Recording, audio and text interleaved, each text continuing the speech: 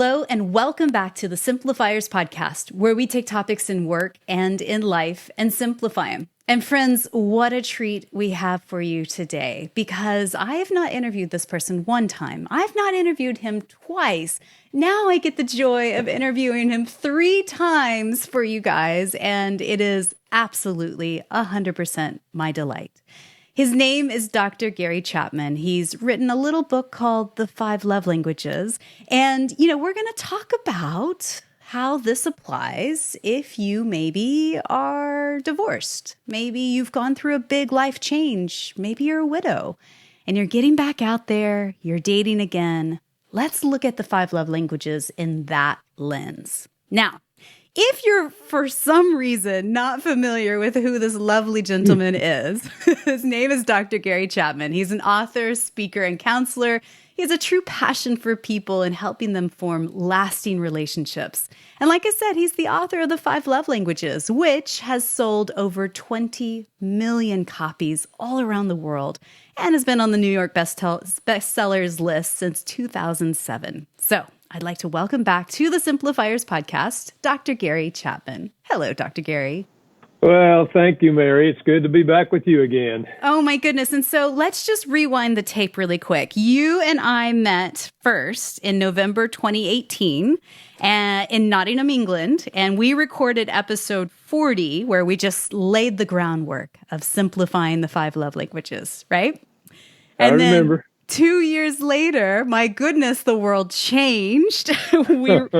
we recorded in June 2020, episode 124, how to strengthen your relationships through COVID and a pandemic. And here we are, episode, whatever this number is going to be. And we've certainly evolved, haven't we?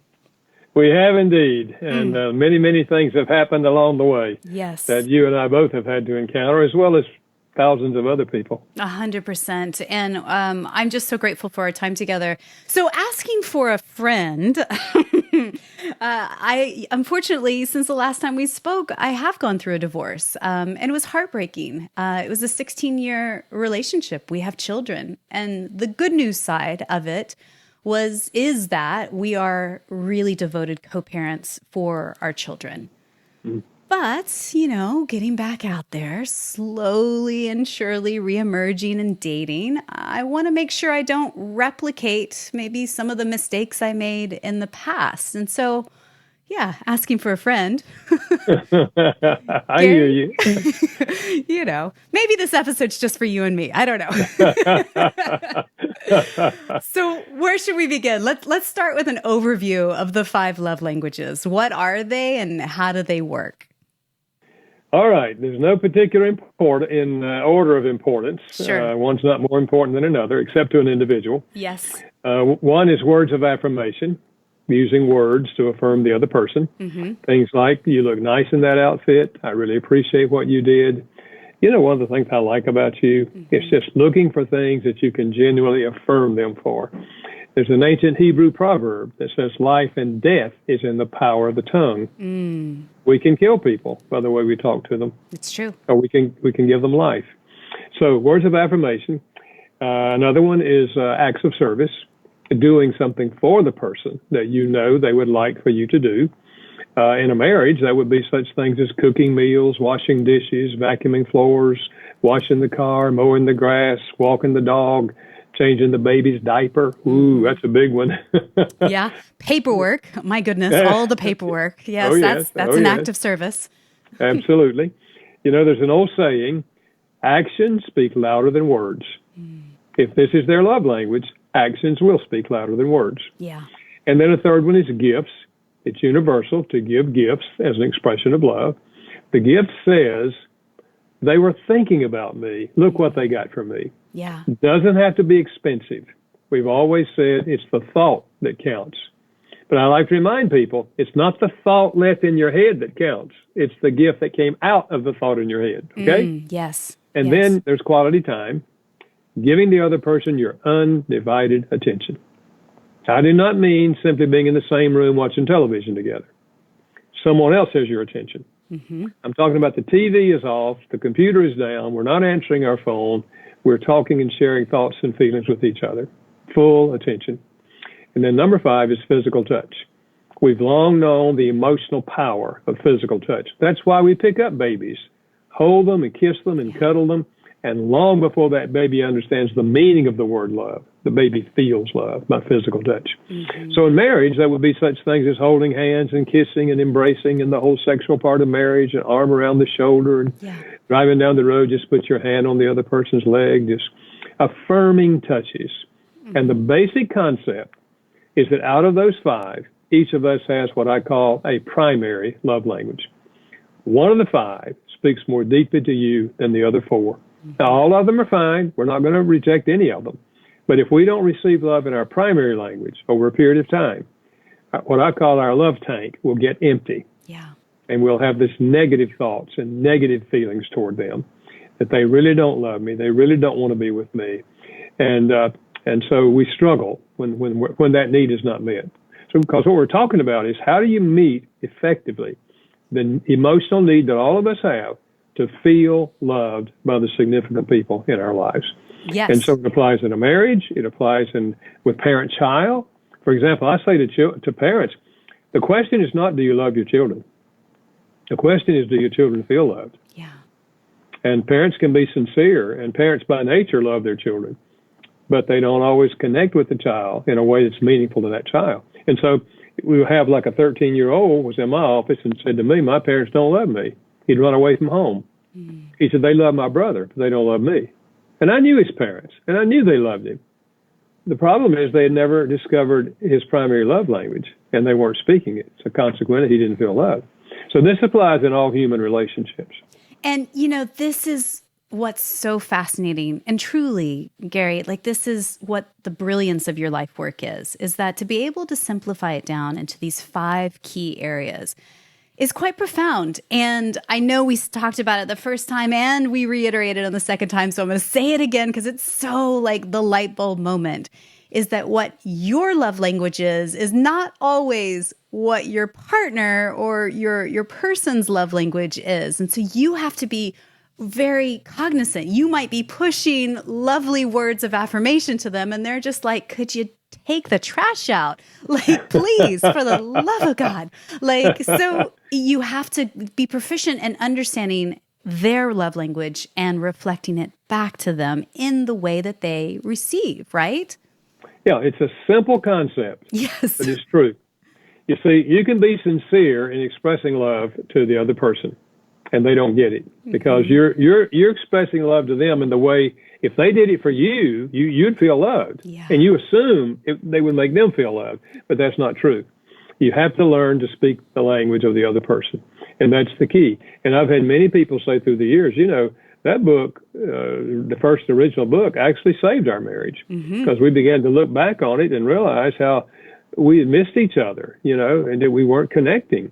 And whenever we let's try it, and we discovered each other's language, and then we started speaking it, and what I call the love tank started to fill up, and it literally saved our marriage. So, and obviously there are things that in a marriage where the marriage can't be saved. I understand that, and we're going to talk about that today. Yeah. But it's a simple concept, and I like your program of simplifying things, and that's what it is. It's a simple idea, but it has profound impact. And you got to put it to work.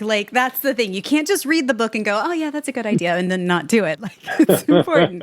And so, yes, and what I've learned over time is the 5 love languages is not just for marriage. You touched on it. I mean, it can be applied to all sorts of different relationships. Like you said, parent and child, coworkers, your boss, your parents or your grandparents. But let's talk about how we could apply it to dating, because that's an interesting lens here. Can you start us off there? Yeah, it was very interesting. I was speaking earlier today at a meeting locally here in my town, and after it was over, I was actually speaking on the 5 languages of appreciation in the workplace, which is another book. We just took the love languages to work. But this young lady, she was a single lady. She came up and she said, Dr. Chapman, she said, I'm dating, just beginning a dating relationship. And she said on our second date, my husband the guy that I'm dating brought up the idea if I was familiar with the love languages. And I said, hey, you better stick with him. Yes. If he's starting off that way, that's a good sign. No joke, right? It shows Yeah, a level of emotional intelligence, I think. Yeah, and it's a yeah, great conversation starter. absolutely. And so, I wrote a book for singles. It's called The 5 Love Languages for Singles. Mm-hmm. And it does apply the concept in all of their relationships. For example, to your parents, to your siblings, to your college roommates, Yeah. to your dating partners, Mm-hmm. And so I think in a situation where a person has gone through the pain of divorce and you acknowledge how painful that is, and you are, beginning to find some level of healing from that, and so you're ready then to begin to process maybe another relationship. Yeah. I think the sooner this can be brought up in a dating relationship, the better, because if you understand each other's primary love language and understand the concept, it will help you know how to communicate love to each other in the dating relationship. Yes. Then you can process all the rest of the relationship much better, because it's a positive relationship, whether it leads to marriage or not. It's positive, and if you have differences of opinion on this, that, or the other thing, you can begin to talk your way through them. And dating, the purpose of dating in our culture, as I see it, is to bring you to the place where you either make a decision to marry or not to marry. Yeah. And so sometimes dating relationships break up, and there's nothing wrong with that. If you begin to realize we're just on two different pages in life, we're not together on a whole bunch of things, and so this is not going to be good for us to be married. Yeah. But at least it'll be cordial, even if you have to break off the relationship. And, it's a conversation starter. I have been on a couple of dates, and I do mention at some point that I'm a podcaster, and I go, have you read this book, this little book? And it makes me chuckle and makes my heart shine so bright every time I mention you and mention the book. But I actually want to talk about a slightly different book that you wrote called Things I Wish I'd Known Before We Got Married. And if you don't mind, and you'll indulge me, let me read a couple of paragraphs from what you wrote. Okay. So in this book, it's page 22. You said this: in this stage of romantic love, as in dating, the couple does not have to work on the relationship. They may expend great energy in doing things for each other, but they would not consider it work. They would tend to use the word delight. They feel elated with the opportunity to do something meaningful for the other person. They want to make each other happy, and they often do. However, the average lifespan of the initial stage of romantic love is only 2 years. We do not stay in this euphoric stage of love forever. Actually, this is a good thing, because it is difficult to concentrate on anything else when you're in love. Say, for example, you're in college. When you fall in love, your grades will likely decline. All of us have known individuals who have dropped out of college and chose to get married because the one they love is moving to a different state and they want to go with them. If the obsessive nature of the in-love euphoria extended for the next 20 years, few of us would accomplish our educational and vocational potential. Involvement in social issues and philanthropic endeavors would be nil. When we are in love, the rest of the world doesn't matter. We are totally focused on being with each other and making each other happy. This is what you call the tingles, the beginning stages of meeting someone new. Oh, Gary, help us through this bit. Well, I'm not opposed to falling in love. It wouldn't matter if I were opposed to it. It happens. And it's not something that you plan. You don't get up one day and say, I think I'll meet somebody today, or go out with somebody and fall in love with them. Yep. There's something about them, the way they look, the way they talk, the way they emote, that does give you what I call an emotional tingle inside. Yeah. And you just enjoy the encounter, and you want to see them again. And every time you get together, it gets stronger and stronger. And literally, it becomes an obsession. You get to the place where you can't get them off your mind. Mm-hmm. You go to bed thinking about them. You wake up thinking about them. And when you're together, it's just so heavenly. And when you're apart, you can hardly wait to get back together. It really, you just get obsessed with each other. But you know what nobody told me, Mary, was that it has an average lifespan of 2 years. I was always told if you've got the real thing, it's going to last forever. Mm-hmm. Well, my wife and I dated for over 2 years before we got married. I came down off the high pretty soon after the honeymoon. Yeah. And I lost those positive feelings. And it was disturbing to me that what happened here? And then we had conflicts, and we didn't know how to solve conflicts, because when you're in love, you hardly think you'll ever have any conflicts. Right. And so we ended up arguing, and I would say harsh things, and she would say harsh things. And then before long, I had negative feelings toward her instead of positive feelings. So it wasn't just that I lost the positive feelings, I had negative feelings. And I'm thinking, man, this I don't know what's happened here. Yeah. I mean, it was very, very disturbing for me, because when we got married, I had never read a book on marriage. I don't know if there were books back then or not, but I had never read one. And we had 1 hour with the pastor who did our wedding, and that did 1 hour, So, but when you're in love, you don't anticipate that you will have conflicts. Yeah. But the reality is any two people will have conflicts if they try to have a close relationship, because we've got a different history, different background. We think differently. We have different ideas. And so, learning the reality of it. If I had known that I would come down off the high, and that I needed to learn how to solve conflicts without arguing, man, I'd have been much better prepared for it. But I wasn't prepared for it. And that's why I wrote that book. Yeah. And I think I wish I'd known. That's the thing, though, about dating. And it's very early days for me, and has been a very long time since I've dated somebody who wasn't my ex-husband. That, it's just this euphoric, irrational, fizzy, electric feeling that makes you like just sort of gloss over the things that are like, those really are red flags, aren't they? And do you have any advice for those people? I mean, like you said with the other lady, I mean, bringing up the 5 love languages maybe earlier on in the conversation. What advice would you give them when they're just so in that space of irrational, crazy euphoria? Well, I think, again, my desire when I wrote that particular book was that couples would actually, when they begin to feel the in-love thing and think maybe this is going somewhere good, to begin to work through that book. Read a chapter, and then discuss the implications with each other. There's one chapter in there that says, I remember that the old saying, like father, like son, like mother, like daughter. Yes. And I say that's not a myth. Look at his father. What is his father like? Because there's a good chance he's going to be like his father. And look at her mother, and what is she like? And people will say to me, wait a minute, I don't have to be like him. I say, no, you don't. But you need to understand, what are the weaknesses of your father? Yeah. What are the positive things? What are things about your father, if you're a man, that you would like to emulate? You admire those things. But what are things that you don't want to be like? Well, those things you need to be working on now, because just by nature, we can fall into those things. People say, well, my father was an alcoholic, but I'll never be an alcoholic. I saw what it did to my father, Okay, that's a good desire. But then 10 years later, he's in a marriage and things are struggling, and maybe the job has gone bad, and he takes a drink. Yeah. And before long, now he's realizing, oh, this is what my daddy did, now he's becoming an alcoholic. So I say, if your father was an alcoholic, it's time for you to study alcoholism.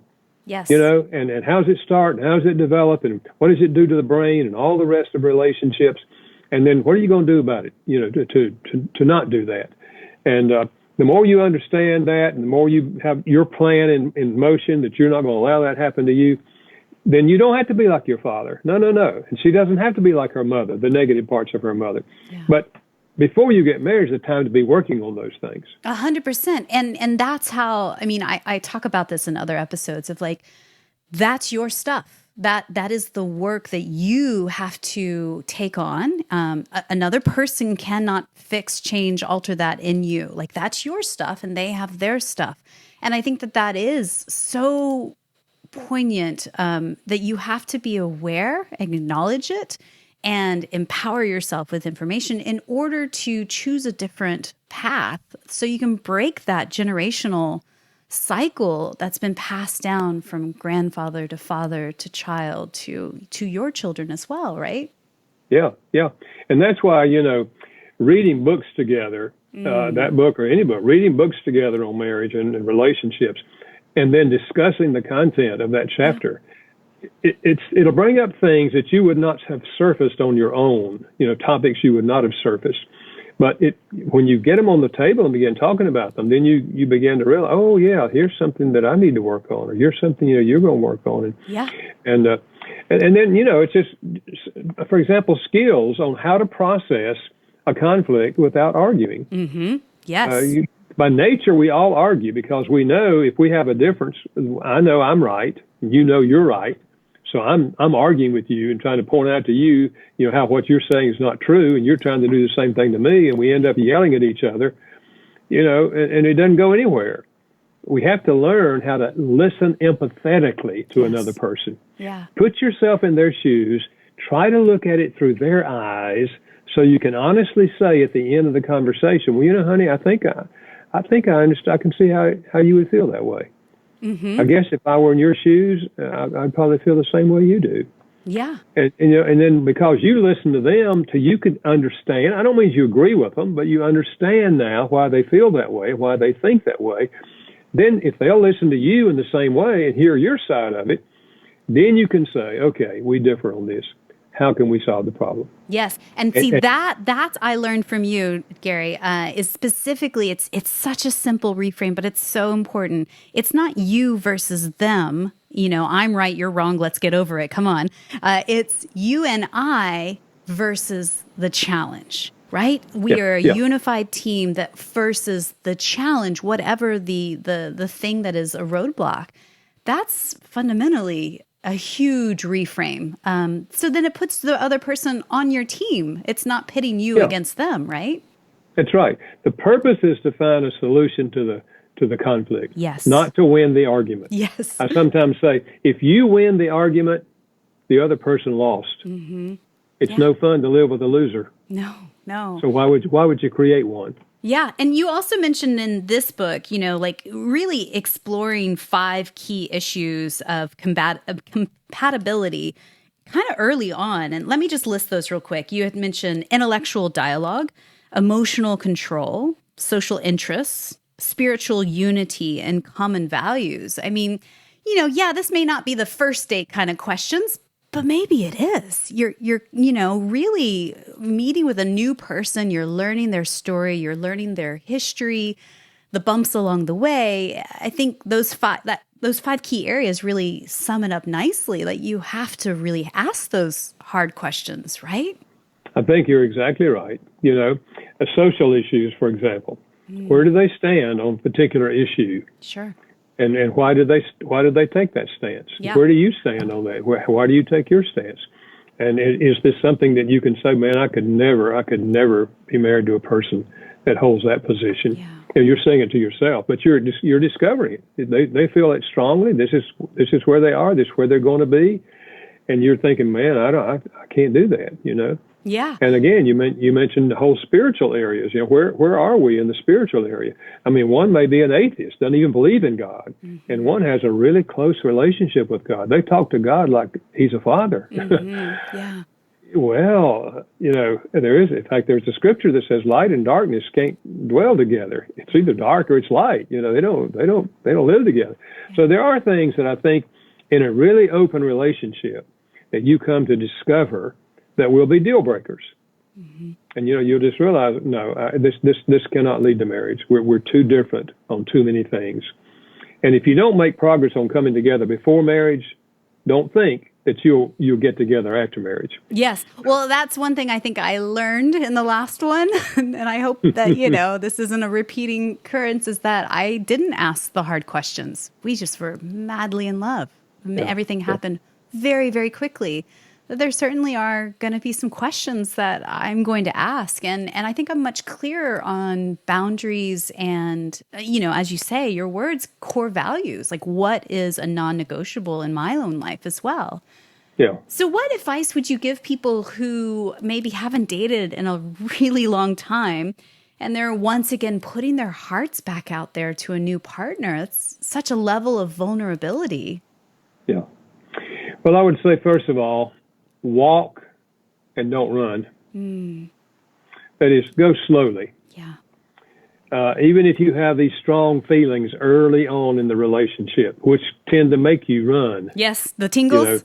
You get the strong tingles, and you just want to run to get married. You're so happy with them, so you just want to. And people make a mistake because they don't take time to get to know each other and discuss these kind of issues with each other. Yes. And consequently, then they get married, and now these things come up, and now we're realizing we're just so far apart, and we're not going to be able to pull it together. Mm-hmm. So I would say walk and don't run. First of all, we're told that after a divorce or the death of a spouse, it takes about the average 2 years to get back on level ground emotionally, where you are really able emotionally to begin thinking about another relationship. And even then, as I said, you want to walk slowly. Yeah, I believe it. But there needs to be, Yeah, and I think that, for me at least, there was a lot of work I had to do, a lot of journaling, therapy, speaking to trusted mentors, reading books, like doing the work. My stuff, because it's not fair to bring your stuff that is unresolved and unworked to a new relationship in any way, shape, or form, because that's it. You're going to replicate over and over and over again. Yeah. So let's change gears a little. I'm curious, can your primary love language evolve as you get older? I mean, especially if, let's say, asking for a friend, if you found that your love language was neglected in your past relationship or marriage, where you wanted physical touch, but you didn't get it. So you kind of moved on to words of affirmation or something like that. Is that normal? Well, I think typically the love language tends to stay with us throughout a lifetime. But I do think what you're talking about certainly can happen. Yeah. That if you didn't get the love in the right language in another relationship, and you realize it's not going to happen, they're not going to get there. So then you kind of put that on the shelf, and you look back and you start appreciating some of the. When you realize there's more than one language, you start appreciating and accepting love in another way. Yeah. And so now you're starting a new relationship, and so you ask yourself, well, is physical touch still my language? Because maybe it's not now. Maybe it has become words because that's what I settled for. Yeah. But my guess is that after a lot of reflection, a person typically comes back to realize, no, I think that's still my language. Mm-hmm. And so in the new relationship, you just kind of see how that works. You know, and if the person is giving affirming touches. And proper touches, obviously, there are also negative touches. We all know that. For sure. And we began to realize, oh man, this is so meaningful to me. I haven't had it in so long. And it's just so wonderful that they put their hand on my shoulder, on my leg, or on my hand. I mean, it just it's wonderful. You know.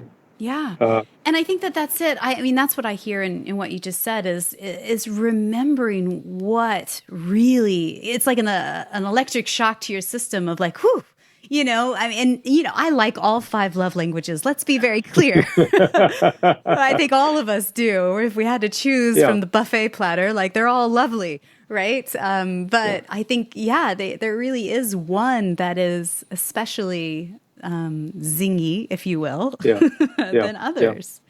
So I had interviewed a while back your colleague Ron L. Deal, and he was on the episode 116 in May of 2020 about how to build love in blended families.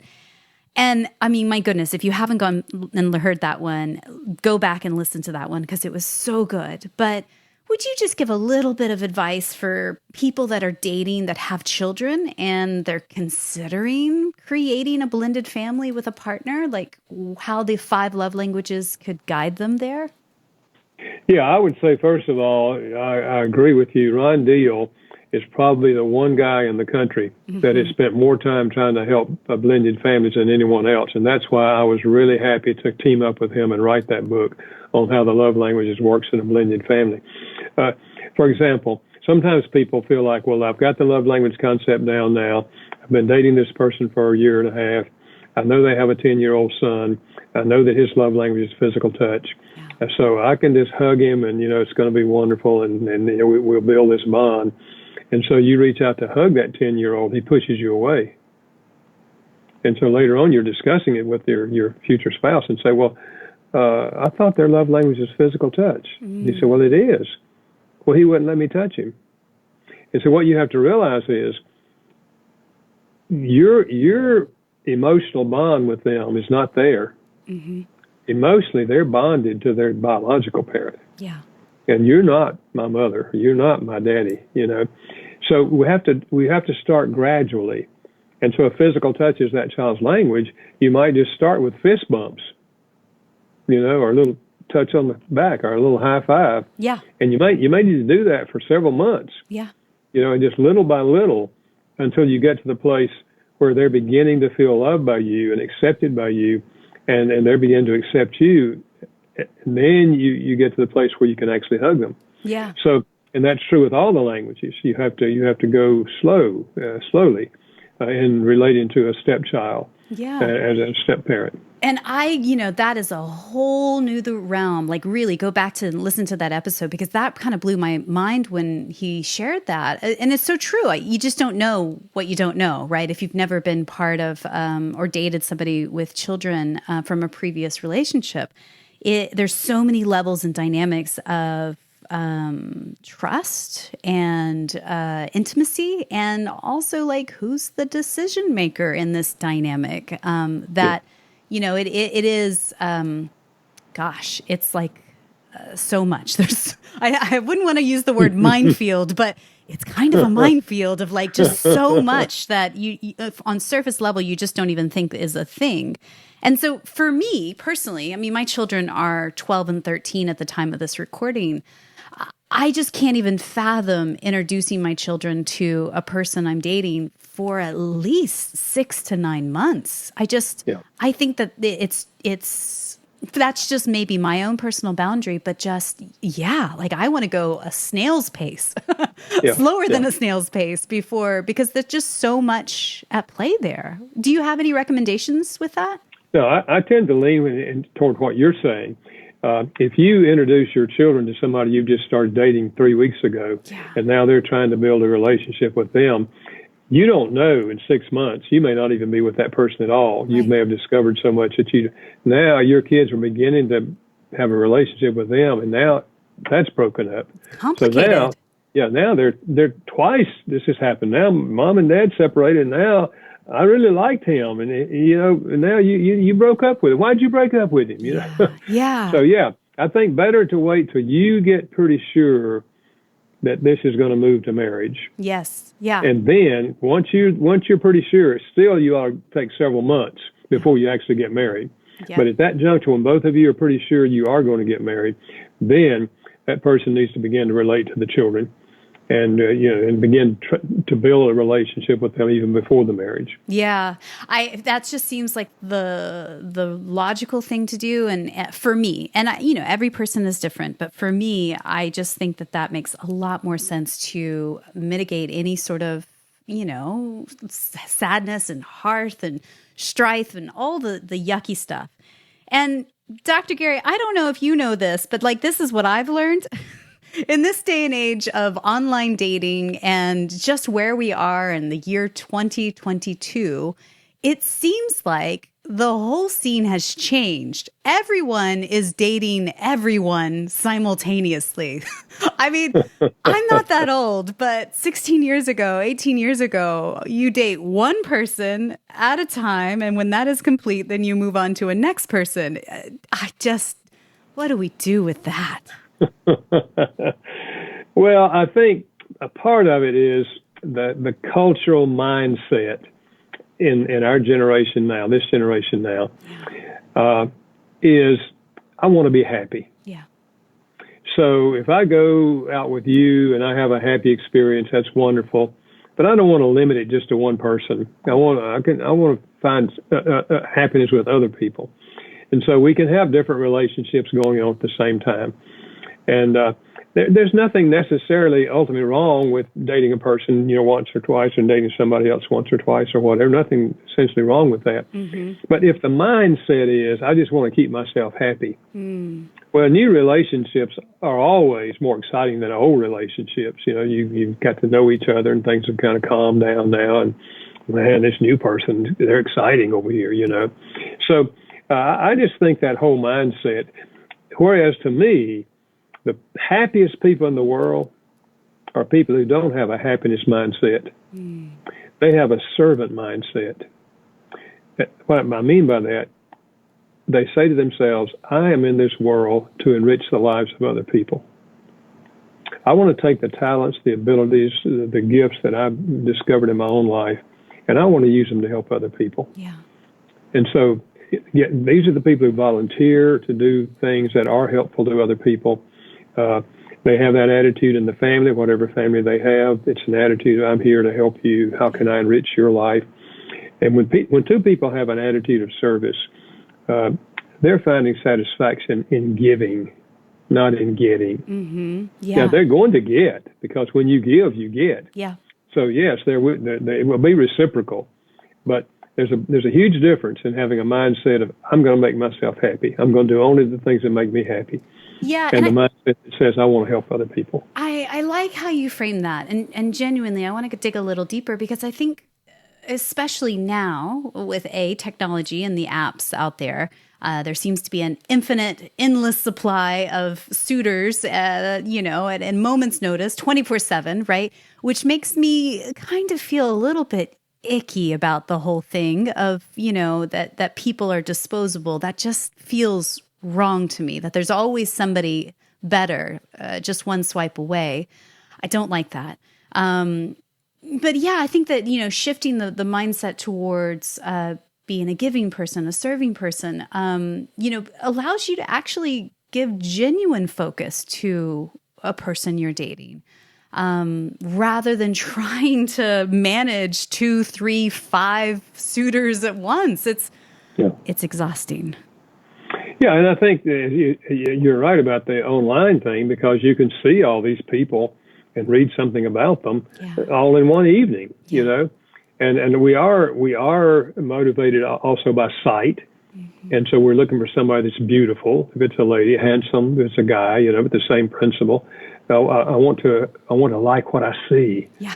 And she's a whole lot prettier than her. He's I like him. Whereas you can't tell about a person what they're like by their facial expressions or their body expressions. You don't know what they're like. And many things in life are far more important than the way a person looks. Their attitude in life, what they're doing with their life, what their vision for life is. All those things are far more important than simply physical appearance. Mm-hmm. Yeah. And that's where the substance is. That's where the beautiful part of a rich relationship is that kind of deep connection, and also shared values as well. Yep. So I want to shift gears again and let's talk about that, because I know that the 5 love languages is built on your solid Christian foundation of beliefs. What advice would you give someone who's out there listening to us right now, who feels open and really wants to invite God into their heart? I mean, especially at this stage in their life, to form a deeper spiritual bond, not only with themselves, but with others. Yeah. Well, I think, and this is my perspective, of course, I believe that until a person discovers a personal relationship with God, they will never find ultimate satisfaction. Because I believe we were made by God, and we were made in God's image, which means that we're different from animals. We are moral creatures. Animals don't sit around and say this is right and this is wrong, but humans do. And all of us are moral creatures. Now, we have different morals, to be sure, and often impacted by culture and other things around us. But all of us have the sense that some things are right and some things are wrong. And so, and what's behind all of this? And if you read the scriptures, everything that God says, don't do this, it's because he loves us. He's trying to keep us from doing things that are going to harm us and other people. And if the scriptures say do this, it's because God loves us. And he knows that if we do these things, we're gonna make the biggest impact in life and have the greatest satisfaction. So I think having a personal relationship with God, and it all begins with, first of all, discovering the life of Jesus. Because Jesus said, if you've seen me, you've seen the Father. I know we don't fully comprehend this because he's far beyond a human, but he wrapped himself in human flesh in Jesus. And I just say to people, if you've never been exposed to Christianity, read the Gospel of John, for example, in the New Testament, or any one of the other Gospels, Matthew, Mark, Luke, or John, and just look at the life of Jesus. Just follow him and see how he lived and what he did, and then look at the cross and what he said about dying. You know, he said, first of all, I did not come to be served. I came to serve and to give my life a ransom for others. You know, the scriptures say that the wages of sin is death. And so Jesus died, not because he had done wrong. Even Pilate said, I find nothing wrong with this man. He didn't die because he had done wrong. He died because we've done wrong. He took our place. And we recognize that. Oh, he loves me. He paid my penalty. And God wants to forgive me because the penalty's already been paid. And we say, oh, this is the word Savior. He's my Savior. And we just thank him for what he did for us. And then we invite him to come into our lives and take control of our lives. I want to walk with you. I want to do with my life what you want me to do with my life. I turn my life over to you. Whatever words you use, it's that attitude of opening up your life to let God come into your life and begin to guide you.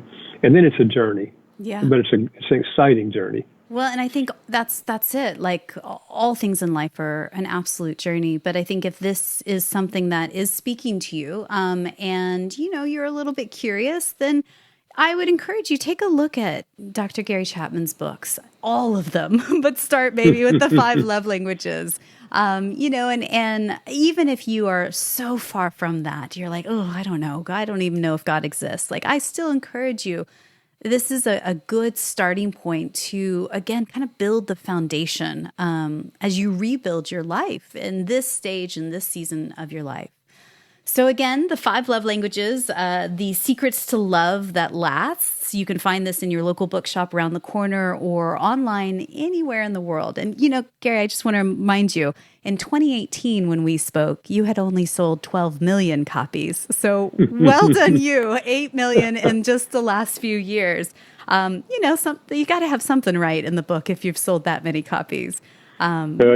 People ask me, how do I explain that? And I say the short answer is God. Yes. And the long answer is God. Right. But I do think because it speaks to that deep need for love. Yes. And that's why it's been so impactful. And that is in every single one of us, regardless of what our spiritual beliefs are. That is innate inside us as humans. And again, it's a starting point. It's a place to have good conversations and to just take the next step on the journey. So all the things we talked about are in the show notes today, but I encourage you also to go over to Gary's website, which is the number 5, lovelanguages.com. There is a free quiz there where you can figure out what your love language is of the 5. And also just so many resources are packed into your website. So I encourage you guys, go to the show notes. You'll find it there and click through as well. So, Dr. Gary, as we wrap up, and I just want to say, let's have a conversation in 2 years from now, if that's okay. All right. I'm open. Deal. These are questions that you have been asked you twice before, and I'm going to ask you again, that we ask everyone that's been on the podcast. So here goes. What's one book or blog that you're reading these days that's either inspiring you or poking holes and challenging your belief system? Well, I would think, first of all, I would say when I read the book that I helped write on blended families, it's called Building Love Together in Blended Families. We've talked about it already. That book really opened my eyes because I had not spent nearly as much time with blended families as had my co-author, Ron Deal. And I was just opened up to what really is going on there. And since then, it has been so helpful to people who are in blended families. So I would really encourage anyone in a blended family to get that book. 100%. And we'll put the link in the show notes for that book so you guys can find it there as well. So tell us, who is one person in your network, somebody that you know personally, that you just feel is up to brilliant things? We could shine a spotlight on them, and who knows, maybe one day we'll have them on the podcast. Well, there's a lady who was a military wife. This book is called When Mountains Crumble. It's by Danita, D-A-N-I-T-A, Janae, J-E-N-A-E. It's published by Moody Publishers. Mm-hmm. Her husband was a military guy, 19 years in the military, and he died climbing a mountain. Left her with children. And the way she's handled that herself and with her children, and then she's written this book for people who have lost a spouse to death. And I just found it so warm, so real, so helpful that anyone who has lost a spouse, I would just encourage them to get this book, When Mountains Crumble. It's so readable, it's so real, it's so helpful, and I just greatly admire her. In fact, she was actually given an award of Military Wife of the Year after her husband died. So it's just a very, very helpful book. Yeah, well, we will link her up in the show notes. If you guys are curious about what Danita's doing out in the world, you can click there through the simplifierspodcast.com. So I believe gratitude and simplicity go hand in hand. Tell me, what are you grateful for today? I'm grateful for my wife. I'm grateful for my 2 children grown. I'm grateful for my 2 grandchildren who are in the process of growing. One just finished college, the other's going to be a senior next year. I always start with family. Yeah. Because those are the deepest relationships. But ultimately, I'm most thankful for my relationship with God. Because I learned years and years ago, Jesus said, I'm the vine, you're the branches. You stay connected to me, you bear fruit. Without me, you can do nothing. Yeah. And I realize that all of my life is because of God's faithfulness to me, and I'm deeply grateful for that. And Dr. Gary, I'll say it once, I'll say it 3 times. I am deeply grateful for you. You are such a bright light in the world. You have helped so many couples around the world. You have certainly helped me and made me a better person in the world and the work that I do as well. So I'm very much grateful for you, too. Well, thank you, Mary. And let me encourage you, keep up the good work. Thank you so much. So again, all the resources are in our show notes at thesimplifierspodcast.com. That's where you can connect with Dr. Gary and his entire team that does incredible work and see him speak in person around the world. So my final question until, again, 2 years from now, someone somewhere is listening to you and I right now, and they are just on the brink of starting to date again, but they are so scared. What's one thing you could whisper into their ear right now just to encourage them in this moment? I think I would say pray about everything. Just ask God, Lord, you know where I am in my journey. You know if I'm ready to start dating. If I'm not, help me to understand that. And if I am at that place, then guide me. And may I walk and may I not run, because I want what you want in my life. Well, listen. You are good at what you do. Thank you. You are good at what you do. I do a lot of podcasts. I do a lot of radio interviews, but you're very good at what you do. Oh, thank you so much. I that means a lot to me. Keep up the good work. Dr. Gary, big love to you. So much love. Thank you. Thank you.